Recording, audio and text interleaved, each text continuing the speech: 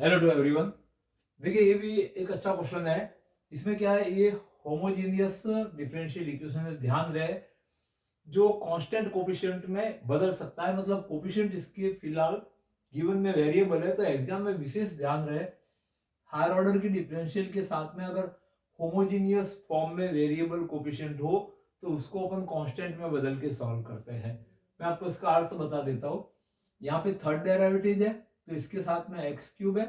Second derivative के साथ में एक्स स्क्वायर की टर्म है, फर्स्ट डेरिवेटिव के साथ में एक्स है। दैट मींस होमोजीनियस पोजीशन में ये वेरिएबल कोफिशिएंट वाले इक्वेशन है, बट इनको इजीली अपन कांस्टेंट कोफिशिएंट में चेंज करेंगे और फिर इसको सॉल्व कर देंगे। तो इसके लिए एक सब्स्टिट्यूट ध्यान रहे, ये आपको याद रखना पड़ेगा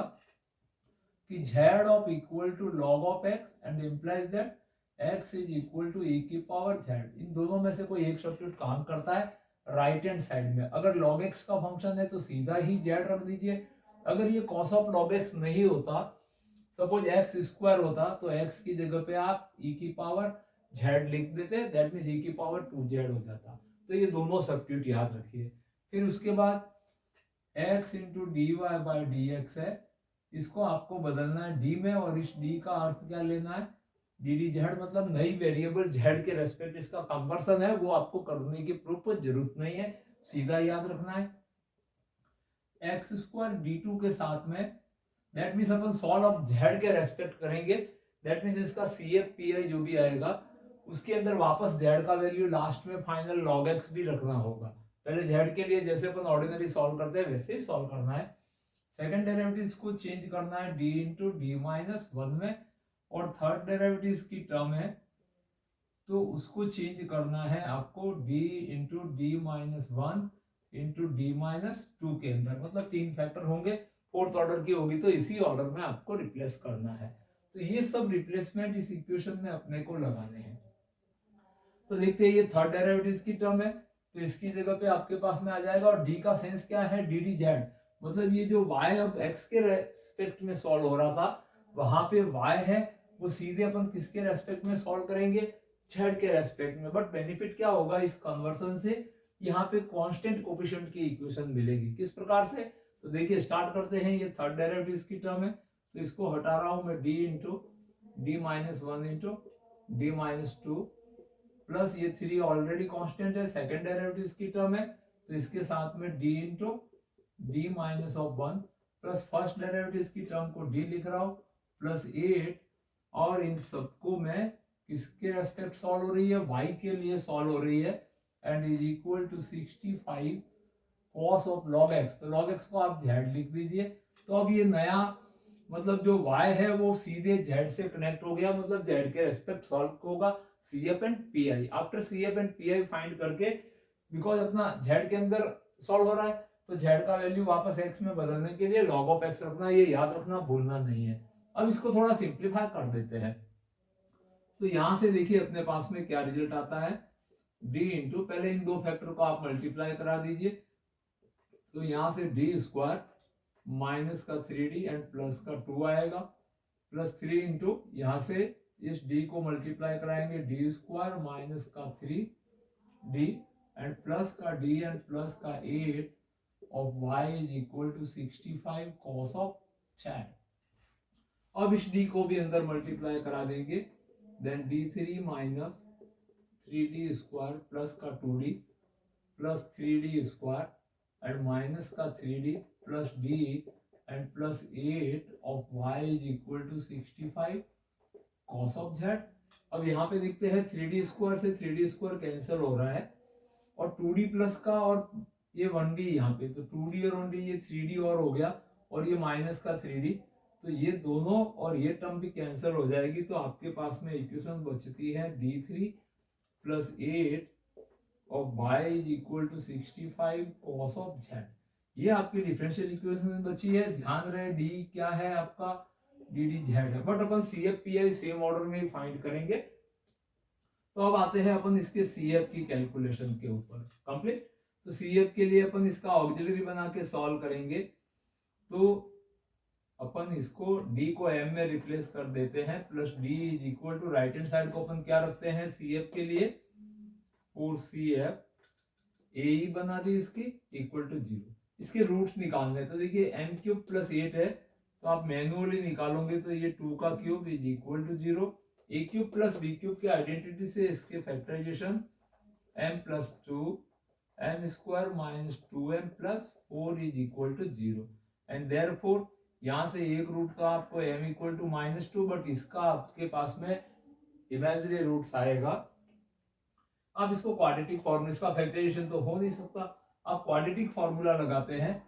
तो m स्क्वायर माइनस का 2m plus 4 equal to 0। This quadratic equation m is given by -b, तो b का वैल्यू -2 होने से प्लस माइनस इसका डिस्क्रिमिनेंट वैल्यू, तो b का स्क्वायर -2 का square is 4 -4 into c value is also 4 and a value is 1 upon twice the a is equal to 2 plus minus root of 4 minus 16, तो 4 minus 16 करेंगे तो यहाँ पे माइनस का 12 अपॉन 2 एंड 2 प्लस माइनस 12 को लिख सकते हैं आप माइनस का 3 into 4 अपॉन 12 और 4 का रूट 2 आ जाएगा तो 2 से 2 कट जाएगा, तो m के वैल्यू जिसको सिंप्लीफाई करेंगे 1 प्लस माइनस, यहाँ पे माइनस में रूट 3 रहेगा, 4 का रूट 2 आएगा और 2 कॉमन आगे कट जाएगा, देन 1 बचेगा और प्लस माइनस रूट के अंदर -3 बचा हुआ है जिसको अपन रूट ऑफ 3 आयोटा लिख देंगे। तो ये तीनों रूट इसके मिल गए अपने को। तो देखते हैं इसका CF क्या लिखता है। एक तो रियल रेशनल है और ये अल्फा प्लस आयोटा भी फॉर्म में है, तो CF इज इक्वल टू सबसे पहले C1 e की पावर -2, यहां पे ध्यान रखना है x मत लिख देना, अपन किसके रेस्पेक्ट सॉल्व कर रहे हैं, z वेरिएबल के रेस्पेक्ट सॉल्व कर रहे हैं y को, तो यहाँ पे 2 के साथ में आपके पास z आएगा, ये ध्यान रखना है, प्लस इमेजिनरी रूट्स के C1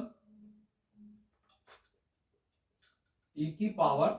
ये अल्फा वैल्यू है और ये √3 है, ये आपका बीटा वैल्यू है, तो अल्फा का वैल्यू 1 इंटू यहाँ पे भी z C1 cos ऑफ √3 और इसके साथ वेरिएबल z रहेगी और plus C2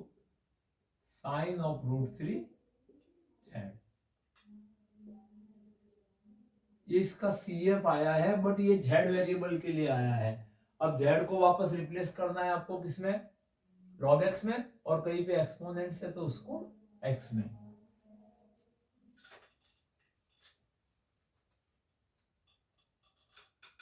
Then CF is equal to C1 e की पावर -2z है, तो इसको अपन लिख सकते हैं e z की पावर -2, दैट मीन्स x की पावर -2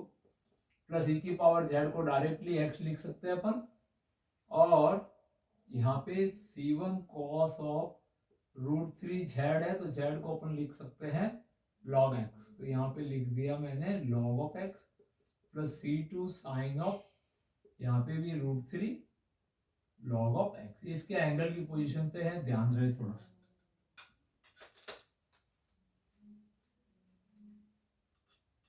अब अपन इसके पीआई की तरफ पढ़ते हैं,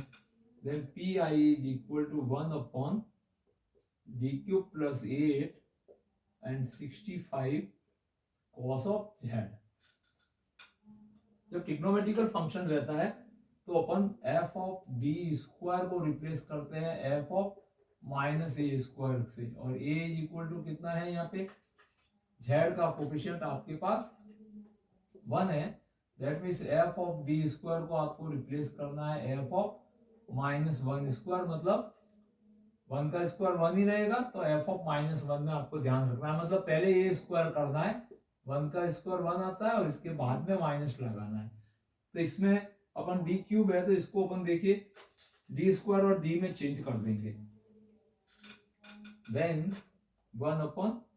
d square into d plus 8 of 65 cos of z। अब d स्क्वायर की जगह पे अपन रखेंगे -1,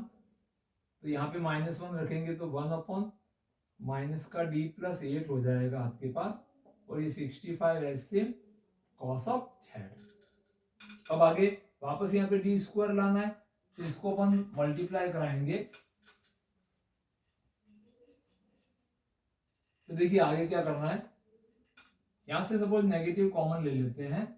then P I is equal to minus का 65 इंटू 1 अपॉन डी माइनस 8 हो गया ये, और ये कॉस ऑफ z। अब इसको d प्लस 8 से अपन मल्टीप्लाई करते हैं, तो ये d प्लस 8 से d minus 8 and d plus 8, numerator denominator को मल्टीप्लाई कर दिया ताकि d स्क्वायर की टर्म मिल जाए, देन माइनस 65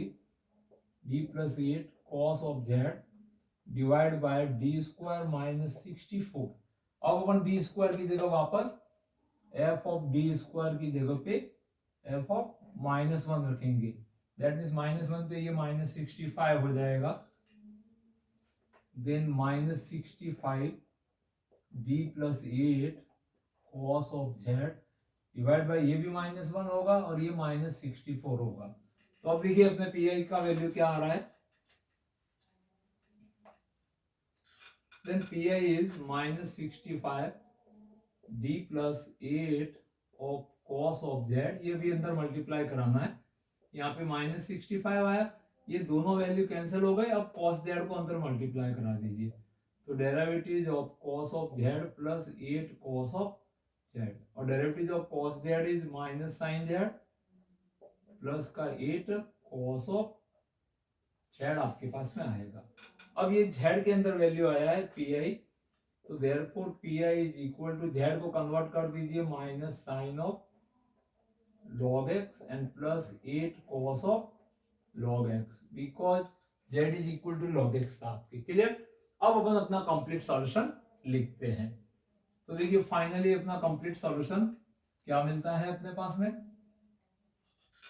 तो therefore the solution is y is equal to cf plus pi, and cf value क्या है आपके पास, ये x की फॉर्म में, तो c1 इंटू एक्स की power minus 2 plus x1 c1, और यहाँ पे लिख सकते हैं इसको थोड़ा अरेंज करके cos ऑफ रूट 3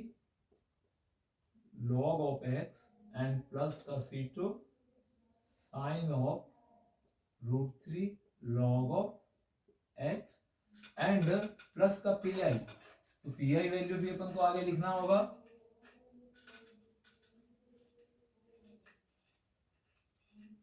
देखिए पी आई का वैल्यू, यहां से अपन पी आई का वैल्यू उठाएंगे तो माइनस का sine of log of x and plus का 8 cos of log of x।